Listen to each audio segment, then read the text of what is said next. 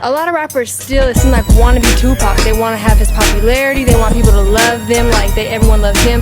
But why do you think no one's succeeding? Well, because this is what they fail to realize about Tupac. In order for them to be Tupac, they would have to die before they peaked. Right before they peaked, they would have to die. So if you don't die, you can't do it. Bottom line, if you don't go die, you're not gonna be the next Tupac, because it ain't gonna be the next Tupac. Straight up.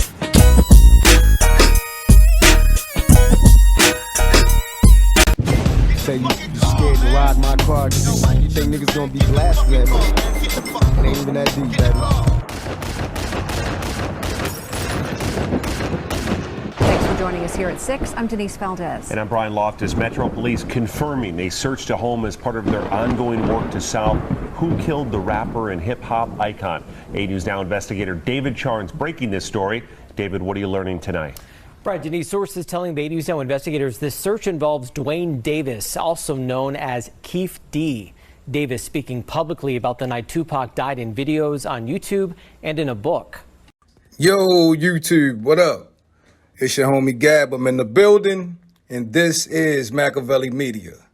Several news circuits and outlets have reported today, this is breaking news, that the Las Vegas Police Department, their forensics division, is testing bullets that was taken and seized from Keefe D's Las Vegas home. Now, the last initial report was that they took computers, paperwork, writings, etc., things of that nature. But we should have known there was a little bit more to the story than just Keefe D's mere words. Whenever they deliver a search warrant like that, best believe they got a tip that some vital physical evidence had to still be at that property. Now, let's take a look back at this report, because they got some very interesting things that came out of Las Vegas earlier today. One of the things is the way they describe Keefe D in the report. They call Keefe D a former gangland enforcer. That means that Keefe D is a pretty serious man. I know we see him on these YouTube interviews and he's kind of goofy and silly and say little shit to make some of y'all laugh. But behind that smile might be a stone cold monster. You know what I mean? A gangland enforcer.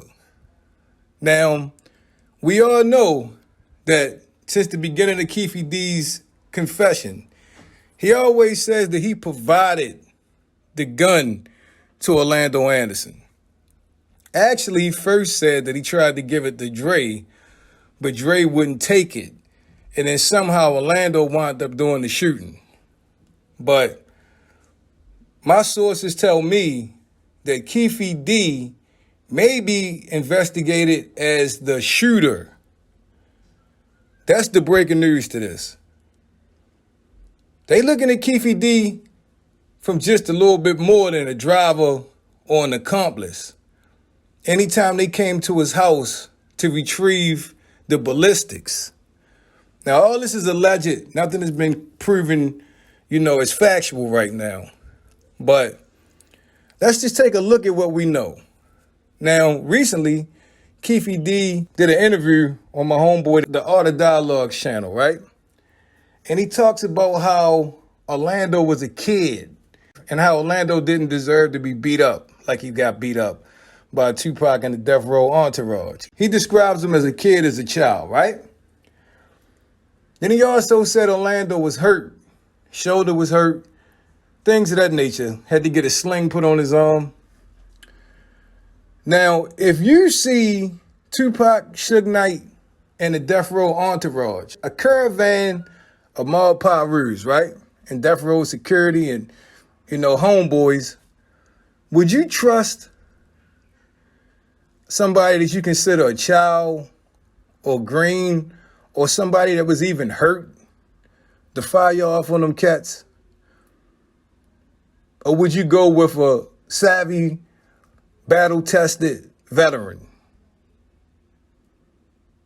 Just think about it for a minute. If Orlando was a kid, like Keefe D says, or if Orlando was just hurt so bad that he had to have his arm, bandaged or whatever, would that be the guy that was pulling the trigger? I don't know. Something else to think about. Keefe D makes sure he tells you that he gave the gun to somebody else. That's important for him to keep saying that. But on the contrary, in his book, Compton Street Legend, he talks about his Glock.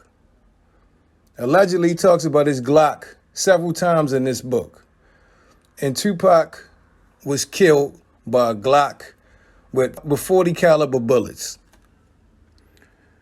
So if Keefe D knows, everybody knows this is his gun, it would be in his best interest to say he gave it to somebody else. But I don't think the Las Vegas Police Department is buying that one bit. And if so, they would still hold him accountable for the murder because he supplied the murder weapon. But what if we find out Keefe D was the shooter? That would be crazy. Because he put it on Orlando, and Orlando is not here to give his side of the story. But in Orlando's credit, when he was alive, he denied it to the end. A lot of people say he was telling people that on the streets, but when we heard Orlando talk, he was saying, nah. Matter of fact, he said, I don't even know why y'all would say that. That's what he said.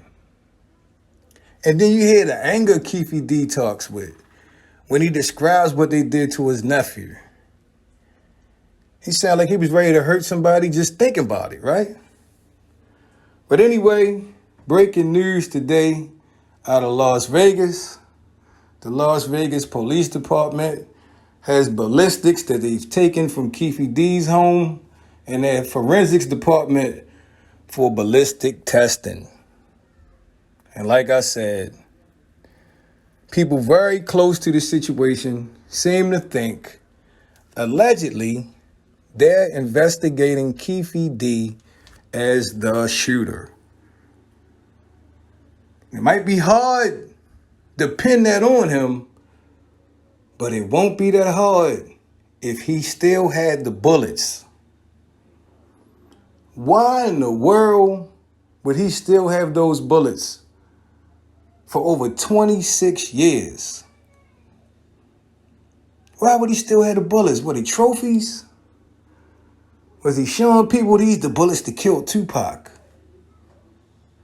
I don't know. But they think they got him. And all this stuff is going before a grand jury. A judge had to sign off on that search warrant. This is serious stuff. I don't know, y'all. Tell me what you think.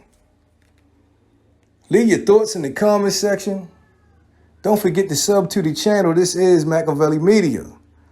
Turn on the post notifications so you'll be the first ones to get it when I drop that shit. Anyway, it's been a pleasure as always.